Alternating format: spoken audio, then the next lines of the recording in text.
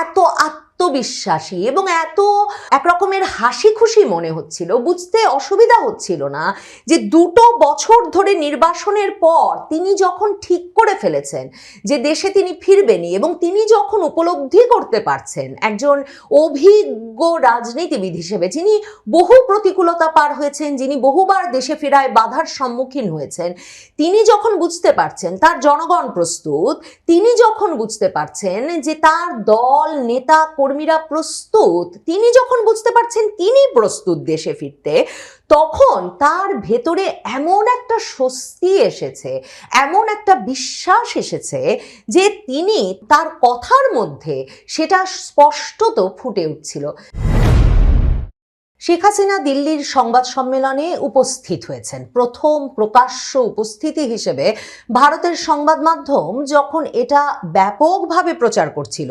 বিশেষভাবে শেখ হাসিনার স্বদেশ প্রত্যাবর্তন, শেখ হাসিনাজ হোম কামিং, এই শিরোনাম দিয়ে যখন দিল্লিতে নিযুক্ত বিদেশি সংবাদদাতারা, মানে বিদেশি বিভিন্ন সংবাদ মাধ্যমের সংবাদদাতাদের ক্লাব এই অনুষ্ঠানটি আয়োজন করেছিল, তখন থেকেই ভারতীয় সংবাদ মাধ্যমে এ খবর ছড়িয়ে পড়েছিল যে এই অনুষ্ঠানেই 2024-এর 5ই আগস্ট ক্ষমতাচ্যুত হওয়ার পর শেখ হাসিনা প্রথমবারের মতো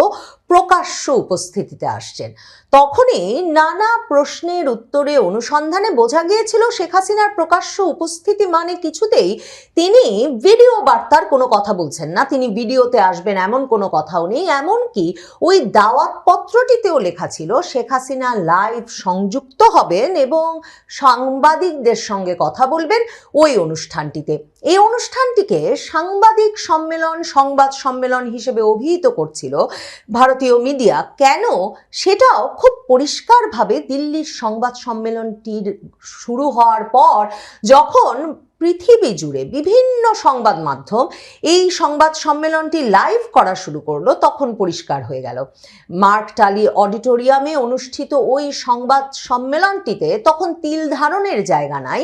আন্তর্জাতিক সংবাদ মাধ্যমের দিল্লিতে নিযুক্ত বিদেশি প্রতিনিধিরা যেমন সেই সম্মেলনে উপস্থিত শেখ হাসিনার বক্তব্য শুনতে, শেখ হাসিনার প্রশ্নের উত্তর দিতে, তেমনি ভারতের শীর্ষস্থানীয় সংবাদ মাধ্যমের সাংবাদিকেরাও খুব স্বাভাবিকভাবে ওই অনুষ্ঠানে উপস্থিত ছিলেন শেখ হাসিনাকে প্রশ্ন করতে।